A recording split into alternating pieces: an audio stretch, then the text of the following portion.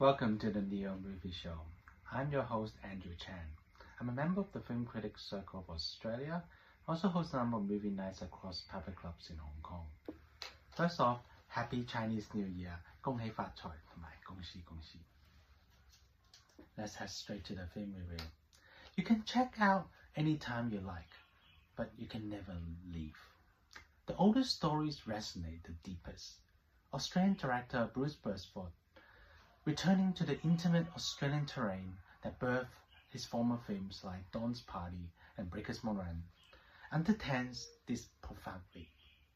The Travellers, released late last year, isn't about reinventing the prodigal son's return.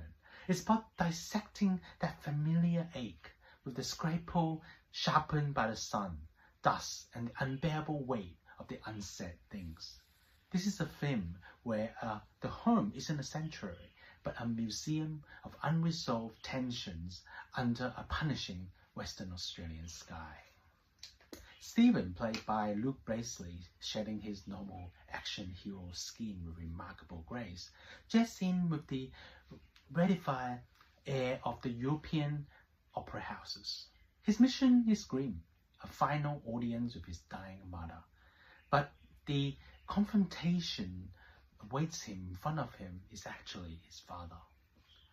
Bryan Brown, in a performance that feels less like acting and more like the earth itself cracking open and bodies thread.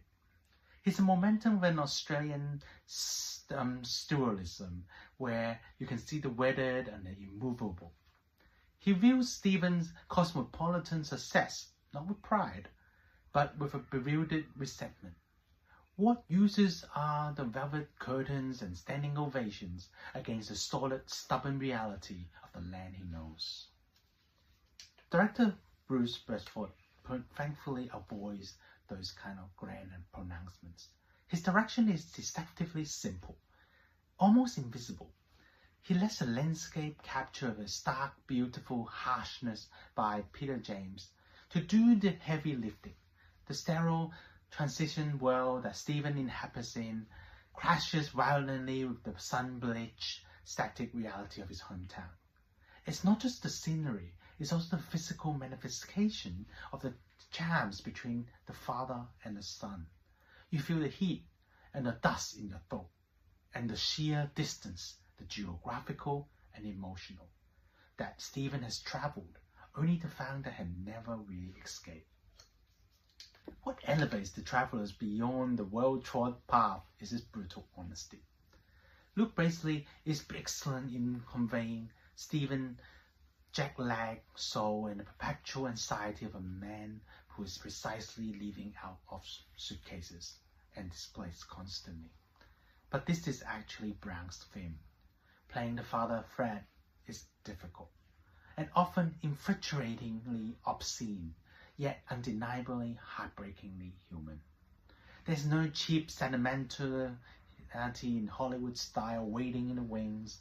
Brown grounds every moment in the gruff and the earthly realism. You see the love buried deep beneath the layers of pride, and the incomprehension only figures to the surface when the clock is ticking down. It is a masterclass in conveying volumes with a grunt and averted eyes, or the ways he holds a worn-out head.